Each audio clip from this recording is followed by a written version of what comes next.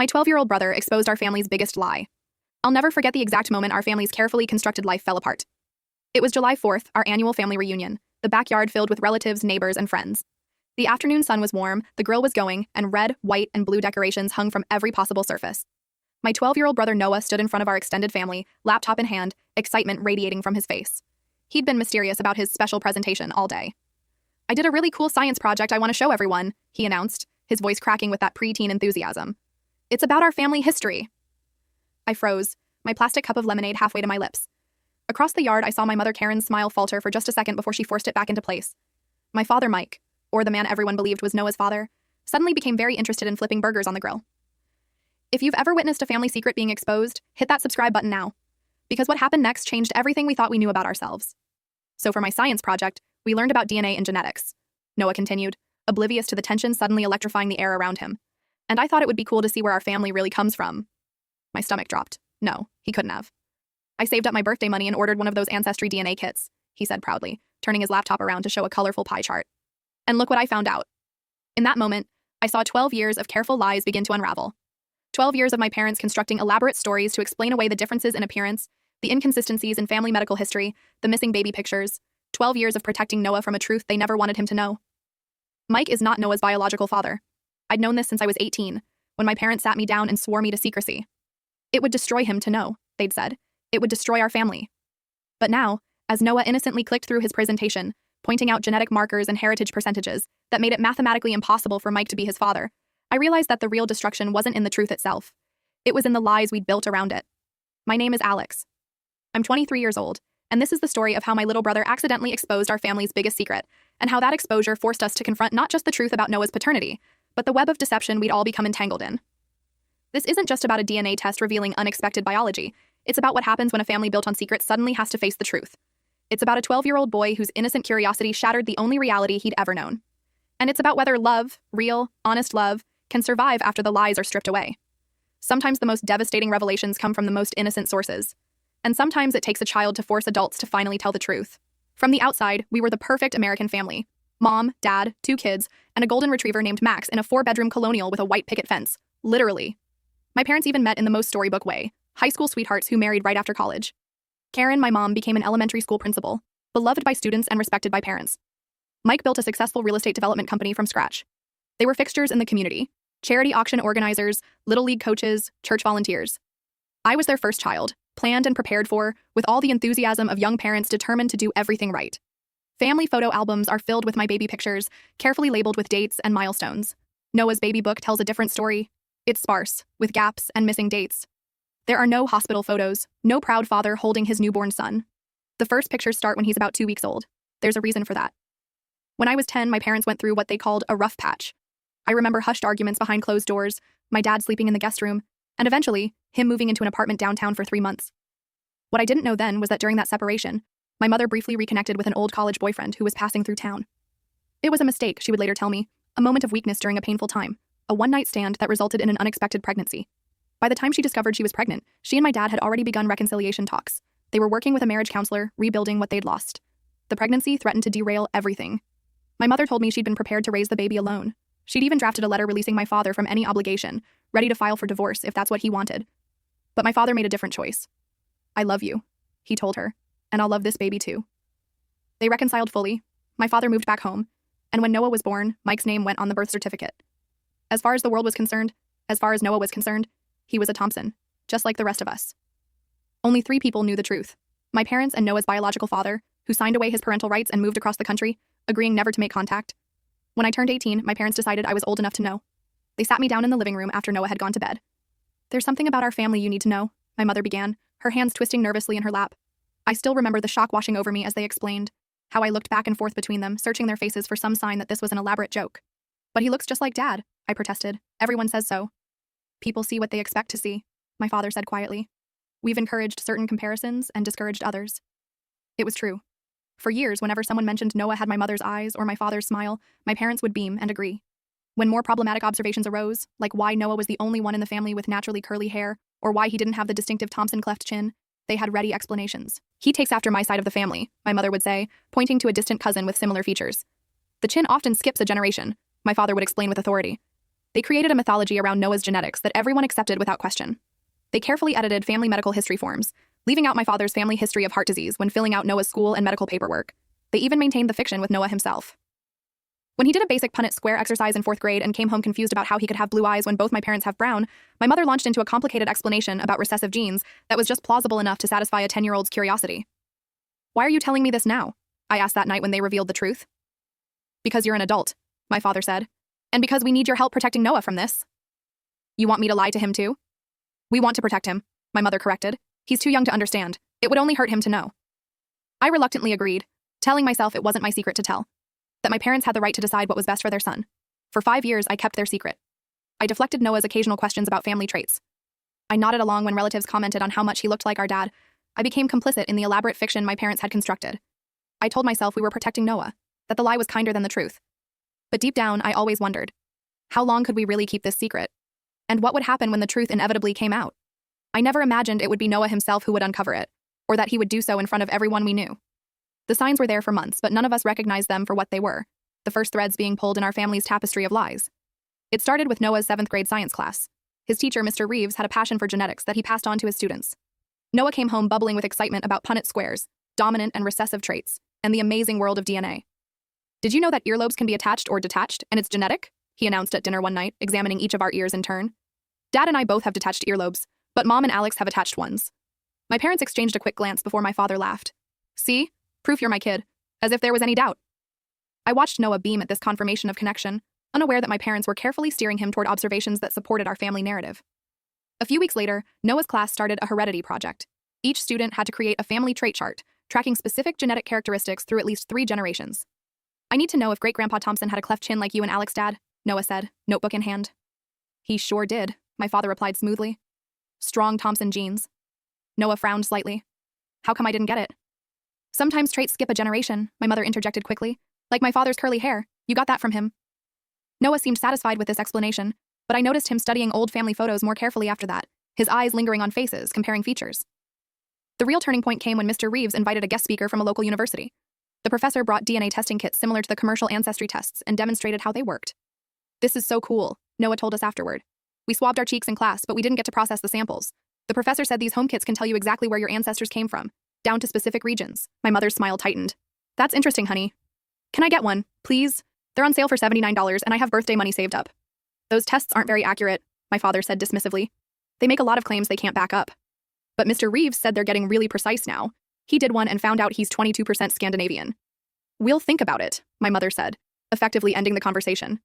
I should have seen it coming. Noah had always been persistent when his curiosity was piqued, and he'd always been resourceful. 2 weeks later, I was home from college for a weekend visit when I walked past Noah's room and saw him carefully swabbing the inside of his cheek, following instructions on his laptop screen. "What are you doing?" I asked, though I already knew the answer. He jumped, looking guilty for a moment before his expression shifted to defiance. "I ordered a DNA test. Mom and Dad said no, but it's my birthday money. I should be able to spend it how I want." A cold dread settled in my stomach. "Does Mom know you ordered this?" "No, and don't tell her," he said. "I used Jake's address for delivery. His mom gave it to me yesterday." Jake was his best friend, who lived 3 houses down. I should have told my parents immediately. Should have found a way to intercept that test. But something stopped me. Perhaps the growing discomfort with the lies, or maybe just the belief that the truth would eventually come out anyway. "What are you hoping to find out?" I asked instead. Noah shrugged. "Just where our family comes from. The test tracks your genetic heritage and can tell you percentages of different ethnicities. Mr. Reeves says some people discover ancestors they never knew about. If only he knew how prophetic those words would be. If you've ever discovered something about your family that changed everything you thought you knew, hit that like button and share your experience in the comments. Family secrets have a way of surfacing when we least expect them." Over the next few weeks, Noah checked the tracking information obsessively. When the results finally arrived, he was ecstatic. "I'm going to save the big reveal for the family reunion," he told me over the phone. "I'm making a whole presentation. It's going to be awesome." I should have warned my parents. I should have prepared them. But part of me wondered if it wasn't time for the truth to finally come out. The annual Thompson family reunion was always a big deal. Relatives drove in from 3 different states. Neighbors and close family friends were invited. This year, nearly 60 people crowded into our backyard, balancing paper plates loaded with barbecue and plastic cups of lemonade or beer. My father had spent the morning setting up extra tables and chairs. My mother had been cooking for days. I'd hung streamers and helped inflate red, white, and blue balloons. Noah had been unusually secretive, spending hours in his room with his laptop. "What's he working on in there?" my mother asked as we arranged desserts on the serving table. "Some presentation for the reunion," I said vaguely. "Something about his science project." She nodded. distracted by the arrival of her sister's family. I could have told her then, should have told her, but I didn't. By mid-afternoon, the party was in full swing. Uncles argued politics by the grill. Cousins played volleyball on the lawn. Grandparents dozed in lawn chairs under the shade of the old oak tree. After the main meal, as people were starting on dessert, Noah approached my father, who was manning the grill. "Dad, can I do my presentation now, before people start leaving?" My father, completely unaware of what was coming, smiled indulgently. "Sure, buddy. Let me get everyone's attention."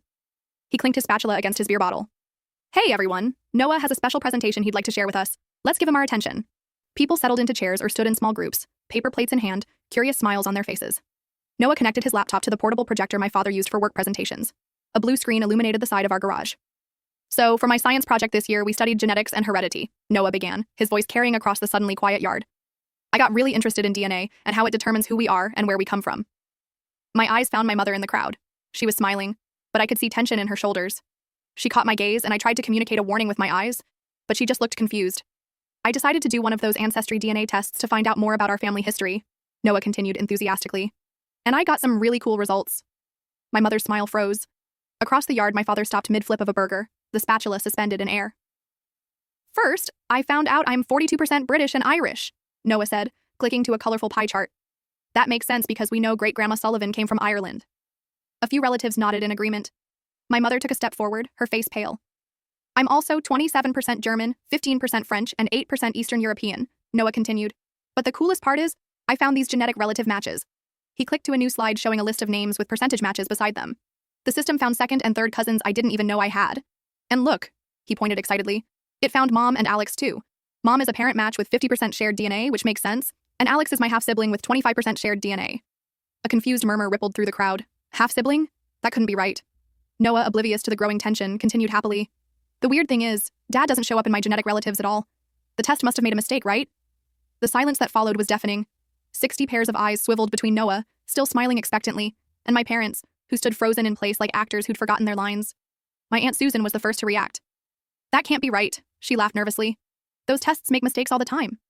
"Actually," Noah replied, "Mr. Reeves says they're 99.9% accurate for close family relationships. Maybe Dad should take the test too, so we can compare results." My mother finally moved, crossing the yard with quick steps. "Noah, honey, let's talk about this later. I think that's enough presentation for now." But Noah, caught up in his scientific discovery, wasn't ready to stop. "But Mom, look at this other cool feature. It shows genetic traits we inherit. See, it correctly predicted I have blue eyes and can taste bitter foods, but it says I should have a 50% chance of a cleft chin if Dad has one, and I don't have one at all." If you're feeling the tension in this moment, share this video with someone who understands that family secrets never stay buried forever. And don't forget to subscribe for more real stories about family revelations. My father finally approached, his face ashen. "Son, let's put this away for now. We can discuss it later." "But why?" Noah asked, confusion clouding his excitement. "Don't you think it's interesting?" The murmuring among the guests grew louder. I could see the realization dawning on faces around the yard. My grandmother's hand flew to her mouth. My father's brother stared at my mother with dawning comprehension. "Noah," my mother said firmly, "please turn this off now." Something in her tone finally penetrated Noah's enthusiasm. He looked around, noticing for the first time the uncomfortable expressions, the awkward shifting, the pointed looks. "What's wrong?" he asked, his voice smaller now. Did I say something bad? The innocent question hung in the air. My heart broke for him, standing there with his science project, not understanding that he'd just shattered his own world. My father placed a hand on Noah's shoulder. "You didn't do anything wrong, buddy, but we need to talk privately." As they led Noah inside, an uncomfortable buzz of conversation erupted behind us. Relatives whispered behind their hands. Friends suddenly found reasons to leave early. Our carefully constructed family narrative had just publicly collapsed, and there was no putting it back together again. The rest of the reunion disintegrated quickly. My parents took Noah inside while I was left to make awkward small talk with relatives who were torn between pretending nothing had happened and pressing me for details I refused to give. "We should be going," people murmured, making hasty exits with backward glances at our house. My grandmother cornered me by the dessert table. "Did you know?" she demanded, her voice low. I nodded, unable to lie to her. "How long?" "Since I was 18. She shook her head, tears in her eyes. "All this time. Your father raised that boy as his own, and no one told us?" "It was their decision," I said defensively. "They wanted to protect Noah." "And now look what's happened," she replied. "That poor child." Within an hour, the backyard was empty except for discarded plates and half-empty cups. I cleaned up mechanically, giving my parents time with Noah. Through the kitchen window, I could see them in the living room. Noah on the couch, my parents in chairs facing him, all three with tear-streaked faces. When I finally went inside, the silence was oppressive. Noah looked up at me, his eyes red and swollen. "Did you know?" he asked, the same question my grandmother had posed. I couldn't lie to him. Yes. For how long? Since I was 18. He nodded slowly, processing this betrayal. So everyone knew except me. Not everyone, my mother said quickly. Just us. We were trying to protect me, Noah finished bitterly. That's what you keep saying. But you were just lying to me. My whole life is a lie. No. My father, the man who had raised him, loved him, coached his little league teams, and helped with his homework, leaned forward. Your life isn't a lie, Noah. Our family isn't a lie. Then who is my real dad? Noah demanded. My mother flinched at the word real. His name is Daniel Reeves. He was someone I knew in college, and we briefly reconnected during a difficult time in my marriage. Noah's eyes widened. Reeves? Like Mr. Reeves, my science teacher? The color drained from my mother's face. What? Is my science teacher my biological father? Noah's voice rose hysterically. No, absolutely not, my mother said quickly. It's a completely different Reeves. Your teacher isn't related to you at all. Noah slumped back, momentarily relieved but still overwhelmed. Where is he then? My biological father? Last we knew, he was living in Seattle, my father said quietly. He signed away his parental rights before you were born. He's never tried to contact you? Because he didn't want me, Noah concluded, fresh tears welling. That's not it, my mother insisted.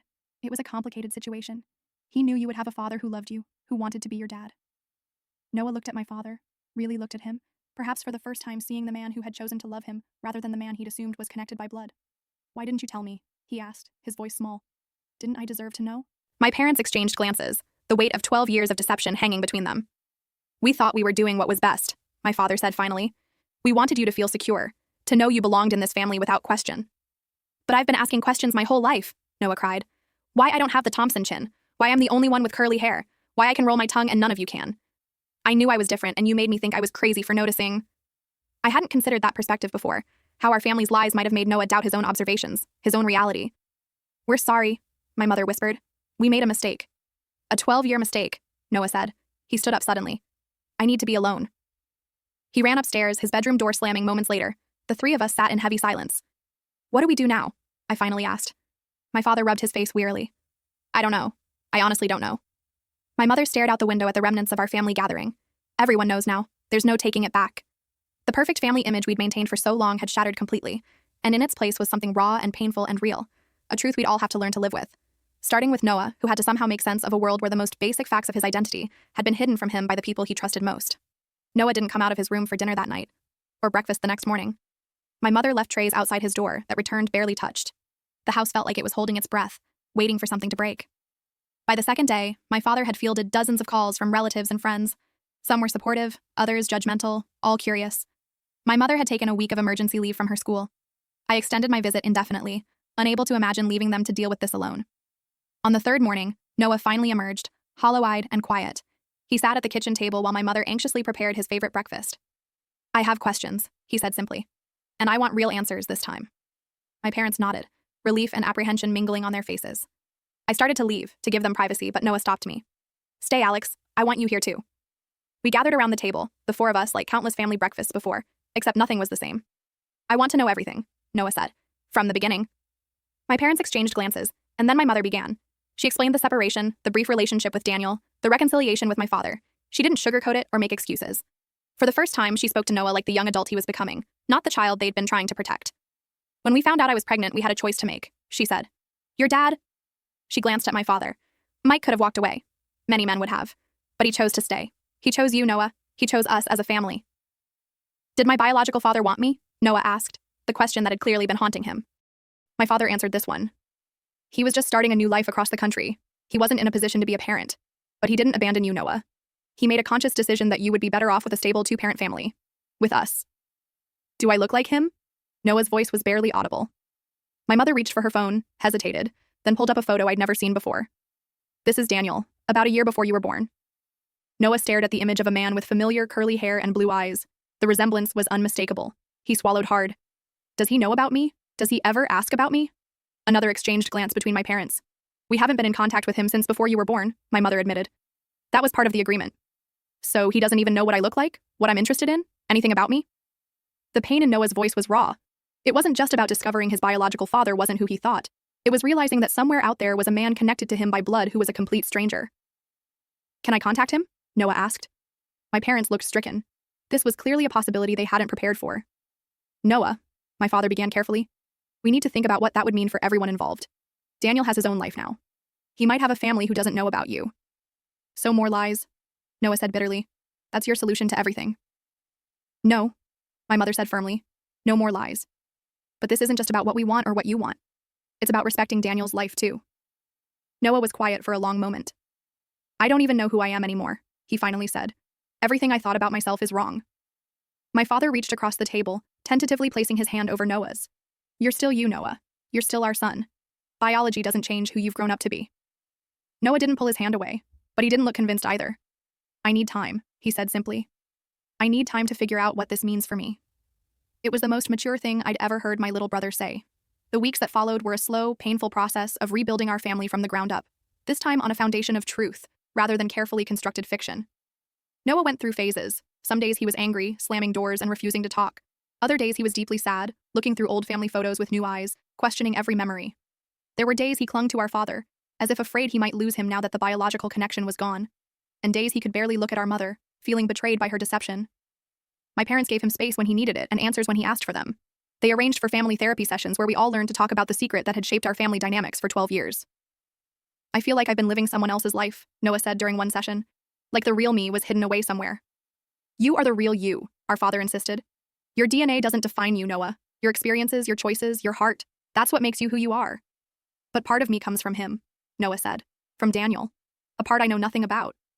That was the hardest thing for Noah to reconcile, the missing pieces of himself. The therapist suggested he make a list of traits he shared with our mother, traits he shared with Mike, biological or not, and traits that might come from Daniel. It was a way of integrating his fragmented identity. Meanwhile, life outside our family therapy sessions continued. Word had spread through the neighborhood, the school, my parents' workplaces. Some people were judgmental, others supportive. My mother faced uncomfortable questions from school parents. My father lost a client who made some self-righteous comment about family values. But there were unexpected moments of grace too. My father's brother, who had always been somewhat distant, showed up one day with old Thompson family photo albums. DNA or not, the kid's a Thompson, he told my father gruffly. He's got your values, your work ethic. That counts for more than blood. 3 months after the revelation, Noah made a decision. He wanted to write a letter to Daniel. Not to meet him or disrupt his life, but to introduce himself and perhaps get some answers about his biological heritage. My parents struggled with this, but ultimately supported his choice. They helped him draft a respectful letter that explained who he was and why he was reaching out. They made it clear there were no expectations, just a young man trying to understand his origins. We didn't know if Daniel would respond. We didn't know if the address we had was still current. We didn't know if this would bring healing or more pain. 2 weeks later, a thick envelope arrived with a Seattle postmark. Daniel had responded with a long, thoughtful letter. He explained that he had followed our family from afar through mutual acquaintances, always knowing Noah was well-loved. He answered Noah's questions about medical history and family traits. He included photos of himself and his parents, Noah's biological grandparents. He also expressed deep respect for Mike, writing, "The man who raised you, who taught you to ride a bike and helped with your homework, who cheered at your games and comforted you when you were sad. He is your real father in all the ways that truly matter. Biology made you my son, but love and choice made you his." Those words were a turning point for Noah, and for all of us. 6 months after the DNA test revelation, our family hosted another gathering. Smaller this time, just close family and a few friends who had stood by us through the difficult months. Noah had turned 13. It wasn't just a birthday celebration, but a celebration of our family's new beginning. During the party, Noah stood up to make a toast. The adults fell silent, memories of his last presentation still fresh. "I want to thank everyone for sticking with us through everything," he said, his voice stronger and more mature than I remembered. "I've learned a lot about what makes a family. It's not just DNA, it's showing up, it's choosing each other every day." He turned to our father. "Dad, you chose me before I was even born. You didn't have to, but you did. That means more to me now than it ever could have if I hadn't known the truth." There wasn't a dry eye in the room. Later that night, as I helped clean up, Noah joined me on the back porch. "Do you think we're better off now?" he asked. "Now that everyone knows the truth?" I considered the question carefully. "I think the truth is always better in the long run, even when it hurts at first. Lies take so much energy to maintain." He nodded thoughtfully. "I'm glad I know, even though it was hard." "Me too," I admitted. "I hated keeping that secret from you." "No more secrets," Noah said firmly. "That's our new family rule. If this story has taught you anything, please hit subscribe and turn on notifications. Family secrets may seem protective, but the truth, however difficult, is the only foundation strong enough to build real relationships on. Our family isn't perfect. We're still healing, still figuring out our new normal. But we're doing it together, honestly. And that makes all the difference.